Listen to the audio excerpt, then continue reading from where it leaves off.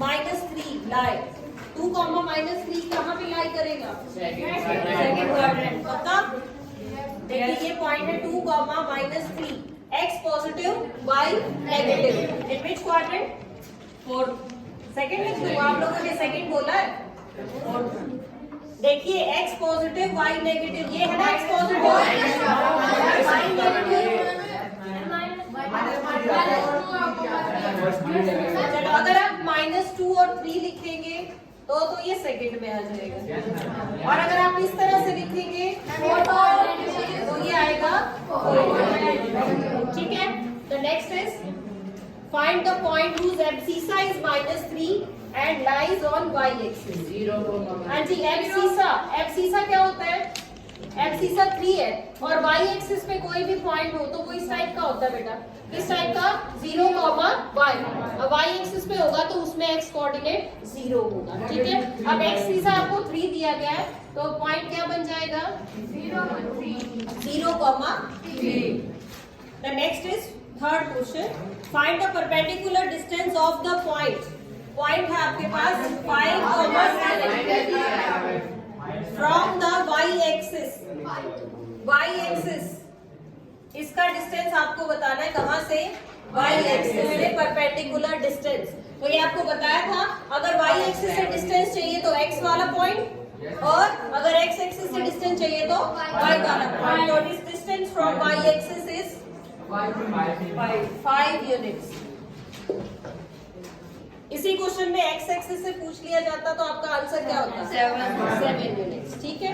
Next देखिए, plot the points 5, 5 और दूसरा पॉइंट है -5, 5। ये पॉइंट है आपका A, ये क्या है? B। इन दोनों को प्लॉट करना है। प्लॉट करेंगे तो 1, 2, 3, 4, 5 और इस साइड और ले आइए इसको -1, -2, -3, -4 एंड देन -5 और y की पॉजिटिव डायरेक्शन में भी 5 तक है। तो ये हमने प्लॉट कर लिया। पॉइंट देखा A, 5 and 5। A पॉइंट जो है वो 5 and 5 यहाँ आ जाएगी इसकी location. Second point is -5 and 5। तो x नेगेटिव -5 और y में ऊपर फिर 5 तक जा रहा है तो ये पॉइंट होगा आपका B पॉइंट -5, 5। अब आगे क्वेश्चन में कहा गया था कि ज्वाइन A B। हमें क्या करना है? A और B को ज्वाइन करना है। इस तरह से कर लेंगे हम ज्वाइन। फिर आपको कहा गया कि OA एंड OB को भी ज्वाइन करेंगे आप। O मीन्स ओरिजिन, तो आप OA को भी ज्वाइन करिए और OB को, दोनों को ज्वाइन कर लीजिए। ट्रायंगल बन गई। आपसे पूछा गया है कि which type of triangle is it? बेटा ठीक है, इक्विलेटर में सभी साइड्स इक्वल होती है, लेकिन ये जो साइड है ये तो बड़ी है। इसकी लेंथ कितनी आएगी? 5 यहाँ है और 5 यहाँ है, 10 यूनिट्स हो जाएगी। लेकिन ये दोनों साइड्स, जो ये डिस्टेंस है ओरिजिन से, दोनों साइड पे इक्वल है ना, यानी दो साइड्स इक्वल होगी तो ट्रायंगल की टाइप क्या बनेगी? आइसोसेलेस ट्रायंगल बनेगी। ये क्वेश्चन 2 या 3 मार्क्स में आएगा, 1 मार्क का क्वेश्चन नहीं। राइट, चलिए नेक्स्ट देखते हैं बेटा।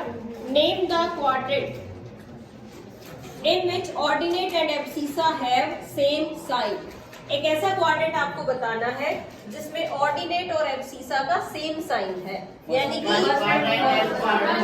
या तो x और y ऐसे लिखे हुए हो या फिर -x और -y, ऐसा ही होना चाहिए ना। तो ये फर्स्ट क्वाड्रेंट हो जाएगा और ये कौन सा होगा? Third quadrant. तो दो आंसर होंगे इसके। किसमें हुआ सेम साइन? फर्स्ट क्वाड्रेंट में एंड थर्ड क्वाड्रेंट। चलिए, can the triangle have 2 obtuse angles? क्या किसी ट्राइंगल के दो अच्छा ऑब्ट्यूज एंगल पता आपको क्या होता है? अगर 2 ऑब्ट्यूज एंगल होंगे यानी 2 एंगल्स 90 से बड़े हो जाएंगे तो ट्राइंगल बनेगी ही नहीं। ठीक है ना। अगर हम कहें कि 2 एंगल्स 90 और 90 के भी है, यानी 2 राइट एंगल भी है, तो थर्ड एंगल तो 0 डिग्री होगा। तभी हम एंगल सम प्रॉपर्टी यूज कर पाएंगे ना, that sum of 3 angles of a triangle is 180। तो 90 और 90 डिग्री के भी नहीं हो सकते। तो इसी तरह से ऑब्ट्यूज एंगल भी एक ही हो सकता है ट्राइंगल के अंदर, 2 ऑब्ट्यूज एंगल नहीं हो सकते। नेक्स्ट है, can a triangle have all the angles less than 60?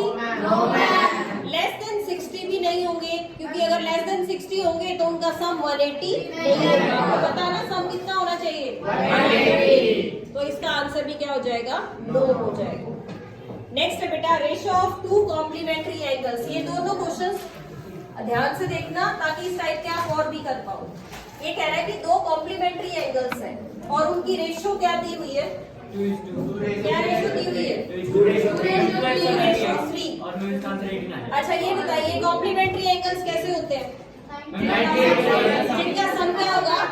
90 degree होगा। पक्का?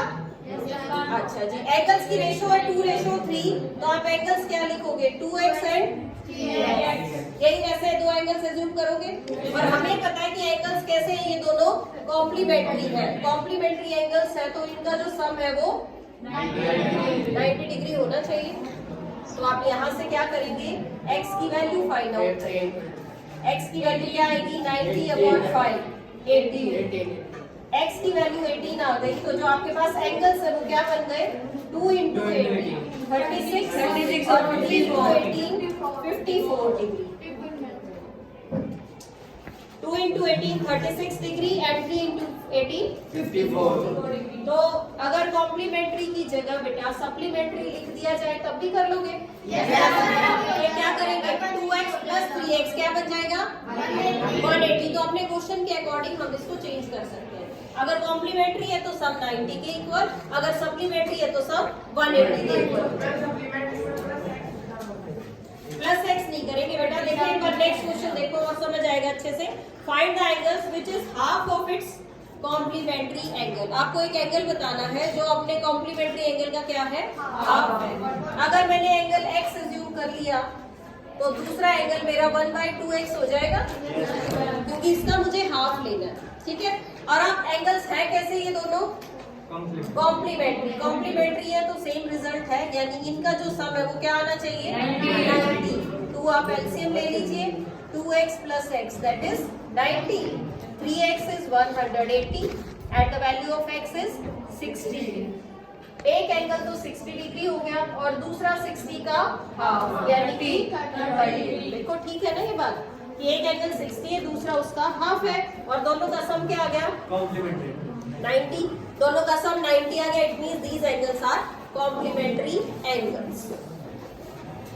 चलिए नेक्स्ट की बात करते हैं। एक आ गया था if AOB is a straight line. अगर AOB एक स्ट्रेट लाइन है, इस तरह से लाइन है, स्ट्रेट लाइन का मतलब तो यही हुआ ना? ये हमने A ले लिया, बीच में कहीं भी आप O ले लीजिए, ये पॉइंट है आपका B। If AOB is a straight line then you have to find out angle AOB। हाँ जी, पूरा एंगल हो गया ना ये। अगर ऑप्शन में 180 लिखा हुआ ना आए, ये कहेगी स्ट्रेट एंगल है। स्ट्रेट एंगल नहीं कह सकते इसको, स्ट्रेट लाइन है। स्ट्रेट लाइन का जो कंप्लीट एंगल होगा वो क्या होगा? 180। तो ऑप्शंस में स्ट्रेट एंगल भी लिखा हुआ आ सकता है 180 की बजाय। आपके पास ऑप्शंस आ गए 0 डिग्री, 90 डिग्री, 180 डिग्री और 360 डिग्री, या कंप्लीट एंगल भी कह सकते हैं उसको। तो कौन सा ऑप्शन राइट होगा? 180 या फिर स्ट्रेट। ठीक है। नेक्स्ट देखते हैं बेटा। It is given that triangle ABC is congruent to triangle DEF. ABC triangle किसके congruent है? DEF से। और आपसे पूछा क्या गया कि BC is equal to EF होगा क्या? Yes ma'am. यहाँ से देखो BC क्या है? बाद वाले दो पॉइंट्स है ना? Yes ma'am. और यहाँ से EF भी बाद वाले दो में कॉरेस्पॉन्डिंग है। तो BC EF के इक्वल होगा या नहीं?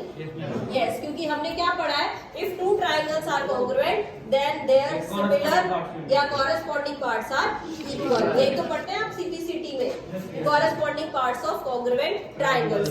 अगर मैं ये कहूँ इसी ट्रायंगल में कि angle A is equal to angle F, बताइए ट्रू होगा या फॉल्स? फॉल्स। नीरज आप बताओ, angle A is equal to angle F में आप क्या कहेंगे? इज इट ट्रू और फॉल्स? अच्छा, एंगल A फिर किसके इक्वल होना चाहिए? किसके? एंगल A किसी के इक्वल भी तो होता होगा, कॉरेस्पॉन्डिंग है तो। देखिए ट्रायंगल ABC कॉन्ग्रुएंट है ट्रायंगल DEF। तो मैं ये पूछ रही हूँ एंगल ए किसके इक्वल होना चाहिए, बताइए। हाँ जी सर, एंगल डी, क्योंकि ये फर्स्ट है, इसको भी यहाँ से फर्स्ट वाला ही लिख देंगे, तो एंगल डी के इक्वल होगा। अगर मैं कहूँ कि एंगल एफ है, तो एंगल एफ किसके इक्वल होना चाहिए, एंगल सी के, यानी आप कॉरेस्पॉन्डिंग पार्ट्स लिख सकते हैं इक्वल से डाउन। हाँ जी, नेक्स्ट इज एंगल पी दिया हुआ है आपको 70 डिग्री और एंगल क्यू आपको गिवन है 30 डिग्री। पूछा क्या गया है इस क्वेश्चन में, एंगल आर निकाल सकते हैं बेटा। यस मैम, 80 तीनों एंगल्स का सम कितना होना चाहिए, 180 इन दोनों का सम कितना है 100, तो जो थर्ड एंगल आएगा वो 80 डिग्री है। मतलब इस साइड हो जाएगी पी And, के अच्छा जी, इसी में पूछी गई थी लोग। जो एंगल बड़ा है, देखो एक बार इस ट्रायंगल को बनाते हैं। ये है triangle P Q R, angle P है 70, एंगल आर 80 और एंगल क्यू है 30 डिग्री। ये पूछा गया कौन सी साइड बड़ी है। जो एंगल बड़ा होगा उसके अपोजिट वाली साइड बड़ी हो। बड़ा एंगल कौन सा इसमें से, तो 80 के अपोजिट में साइड कौन सी है, PQ। तो PQ साइड सबसे बड़ी हो। और अगर आपको कहे कि सबसे छोटी साइड बताइए, तो मैम PR 30 है, 30 सबसे छोटा एंगल है, तो 30 के अपोजिट वाली side PR is the shortest side and this PQ is the longest side. ठीक है, वैसे तो ये एक्सरसाइज डिलीट हो गई है आपके सिलेबस में से, जिसमें इस टाइप के क्वेश्चन थे कि कौन सी साइड बड़ी होगी कौन सी छोटी होगी, लेकिन रिजल्ट आ सकता है, आपको पता होना चाहिए। बेटा स्टॉप कर दो उसको।